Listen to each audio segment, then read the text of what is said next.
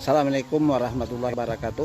Saat ini kami berada di TPA Air Sebakul, tempat pembuangan akhir sampah yang dimiliki oleh Kota Bengkulu. Ini semuanya tumpukan sampah yang merupakan hasil dari pengelolaan sampah yang diangkut menggunakan truk-truk setiap hari oleh Pemda Kota.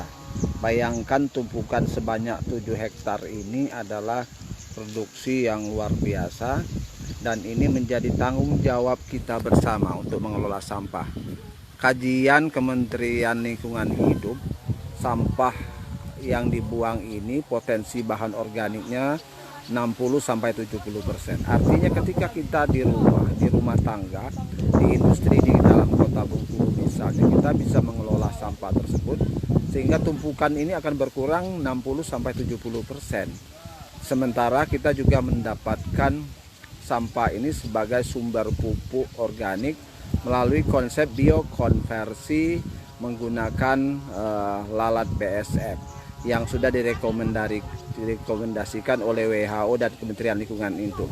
Hari ini saya mengajak mahasiswa saya praktikum mata kuliah urban farming. Ini mereka sedang mencari indukan maggot. Jadi untuk kawan-kawan ketahui bahwa indukan maggot itu bisa kita dapatkan di sekitar tempat-tempat sampah, karena di sini lokasinya banyak dan berpotensi. Maka ketika musim hujan, maggotnya akan migrasi dari lokasi sampah menuju tempat kering yang relatif terlindungi. Lokasi ini biasanya di sekitar tanaman, pohon-pohon yang berada di sini.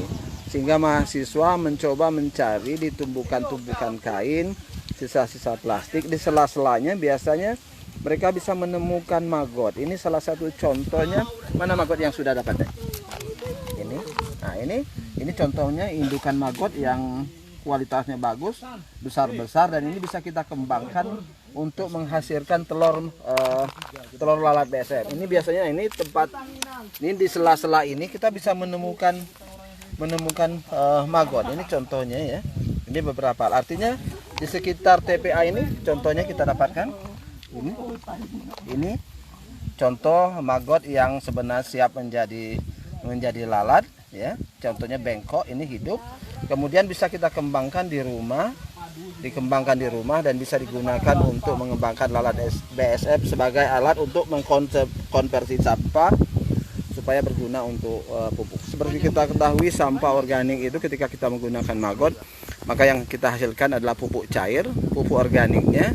Kemudian maggot ya bisa digunakan untuk pakan ternak. Oke, ini mahasiswa saya sedang berusaha mengumpulkan maggot-maggotnya. Mereka membawa satu gelas bekas minuman ya. Nanti diambil, mereka bawa dan akan dikumpulkan. Setelah itu akan dikembangkan di rumah, di lab yang lebih baik. Kenapa ini kita cari di sini? Biasanya potensi maggotnya sehat, besar-besar, dan kualifikasinya cukup baik sebagai indukan. Itu saja kawan-kawan.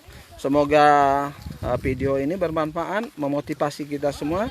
Sebenarnya ketika kita ingin menciptakan pekerjaan, bisa melalui sisa-sisa yang tidak berguna menurut orang lain, tetapi bagi kita bisa menjadi potensi untuk sampah. Ini tetap semangat. Ada yang ingin membuat statement? Ayo. Jadi di sini kita bisa lihat potensi maggotnya sangat bagus. Lihat dari bentuknya saja lebih besar daripada yang biasanya dibudidayakan. Hal ini biasanya disebabkan karena potensi tempat lokasinya, di mana kita dekat sekali dengan pembuangan sampah atau TPA. Nah, kita bisa cari di sela-sela sini nih. Ada yang seperti kayak kering. Nah, ini sudah menetas. Nah, yang seperti ini masih hidup nih. Ya. Ini masih hidup. Ini yang diambil ya? Iya, ini yang diambil. Nah, ini udah ada beberapa yang saya dapatkan yang masih bagus, yang belum menjadi lalat atau masih menjadi pupa. Nah, itu teman-teman juga lagi mencari tuh, di sana tuh banyak juga potensinya. Tetap semangat. Ini bagian dari praktikum mengenal potensi organik. Coba kita lihat ini ya.